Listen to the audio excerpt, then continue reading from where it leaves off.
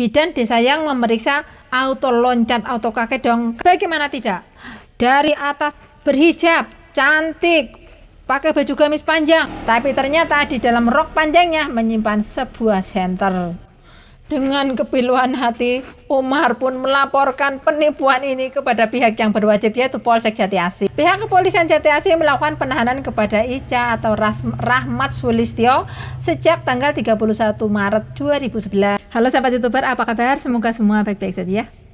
Teman-teman, kalau boleh memilih, teman-teman ini memilih diselingkuhi pasangan atau punya pasangan yang sangat setia sekali, tetapi dia adalah seorang transgender.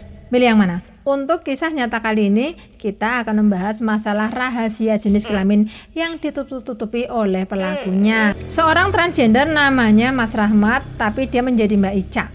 Di mana Mas Rahmat ini dengan otaknya yang sangat encer, dia bisa mengelabui banyak sekali orang, termasuk pegawai KUA, termasuk orang yang menikahinya. Bahkan Mas Rahmat ini berhasil menutupi jati dirinya selama 6 bulan berumah tangga. Jadi mahligai perkawinan yang mereka bangun selama 6 bulan berlandaskan di atas pondasi kebohongan. Kisah lengkapnya seperti apa? Oke, simak, tapi jangan lupa tolong dibantu subscribe-nya. Terima kasih sekali. Jadi pada tahun 2010 ada kasus yang sangat membagongkan dan sangat menyedihkan plus membingungkan teman-teman.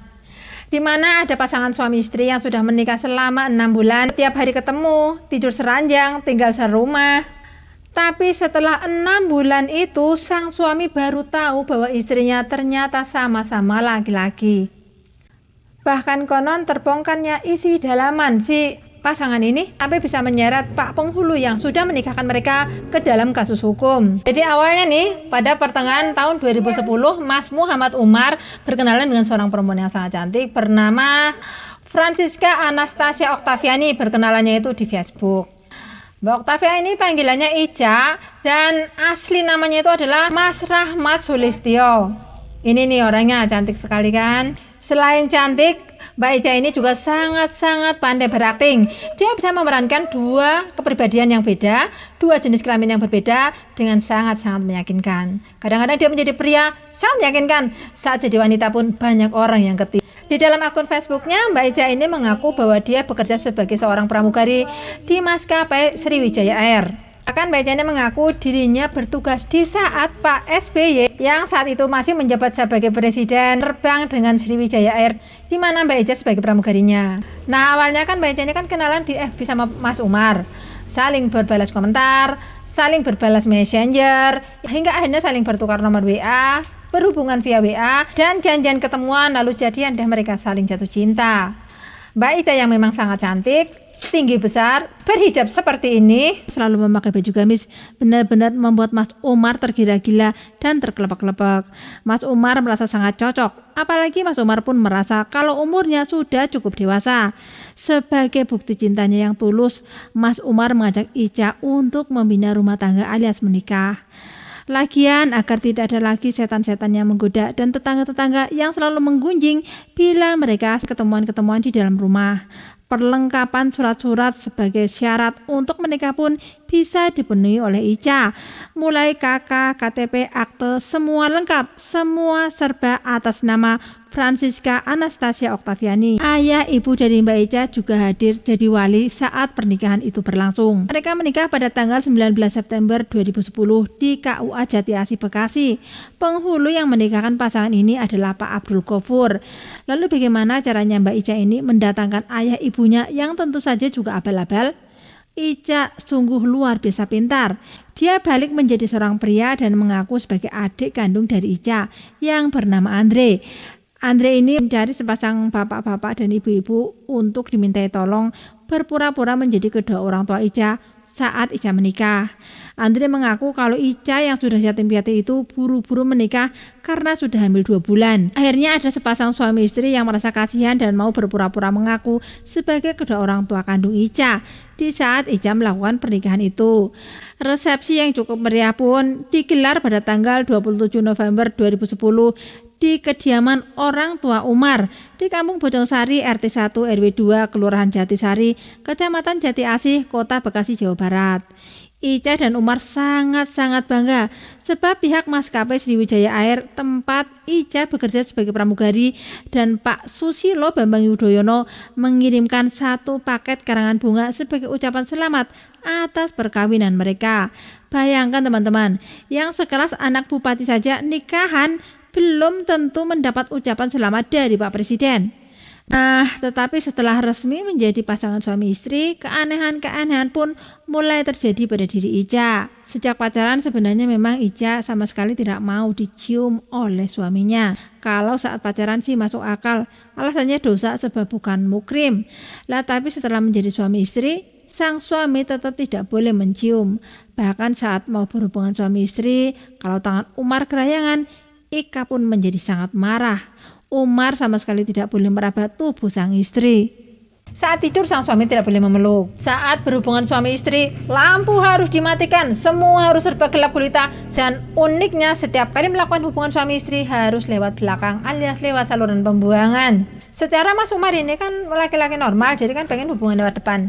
Tapi setiap kali dia tanya, Ica beralasan bahwa dia sedang mengalami kram perut sehingga spare part bagian depan tidak bisa dipakai.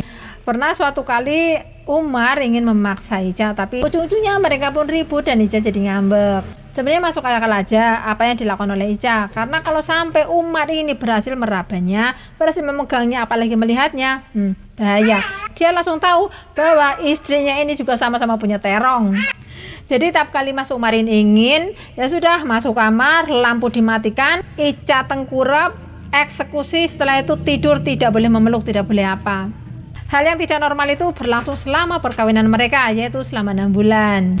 Dan uniknya tidak ada rasa curiga sedikit pun pada diri Mas Umar terhadap istri cantiknya ini.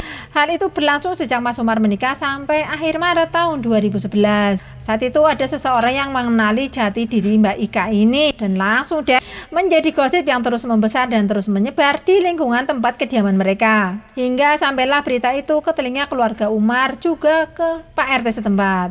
Dipanggillah Umar sama Ica ini ke rumah Pak RT untuk dikonfirmasi kebenaran berita tentang dalaman si Ica ini. Tentu saja Ica nggak mungkin langsung mengaku. Dia mati-matian bertahan bahwa dirinya adalah perempuan tulen. Karena Mbak Ika tetap nggak mengaku, dengan terpaksa pihak keluarga dan RT setempat meminta agar jeruan Ica diperiksakan ke bidan terdekat untuk memastikan keaslian spare part miliknya itu. Nah, bidan desa yang memeriksa auto loncat, auto kakek dong. Bagaimana tidak?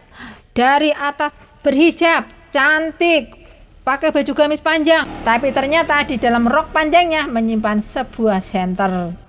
Dengan kepiluan hati, Umar pun melaporkan penipuan ini kepada pihak yang berwajib, yaitu Polsek Jati Asih. Pihak kepolisian Jati Asih melakukan penahanan kepada Ica atau Rahmat Sulistyo sejak tanggal 31 Maret 2011. Sejak saat itu juga Francisca Anastasia Oktaviani berubah balik lagi ke aslinya menjadi Rahmat Sulistyo. Uniknya saat Mbak Ica ini ditahan, dia mengaku bahwa dirinya sudah tidak cinta lagi sama Mas Muhammad Umar sang suami. Dia hanya ingin dan menganggap Umar sebagai saudara saja. Sejak saat itu, Ica sudah tidak perlu berlelah-lelah lagi menyembunyikan rahasia senternya tentu saja. Lalu kenapa Pak Abdul Ghafur, penghulu yang menikahkan Ica pun ikut terseret dalam kasus hukum ini? Ternyata surat nikah yang diberikan kepada Amir dan Ika adalah milik pasangan lain. Lalu fotonya diganti dan namanya juga diganti.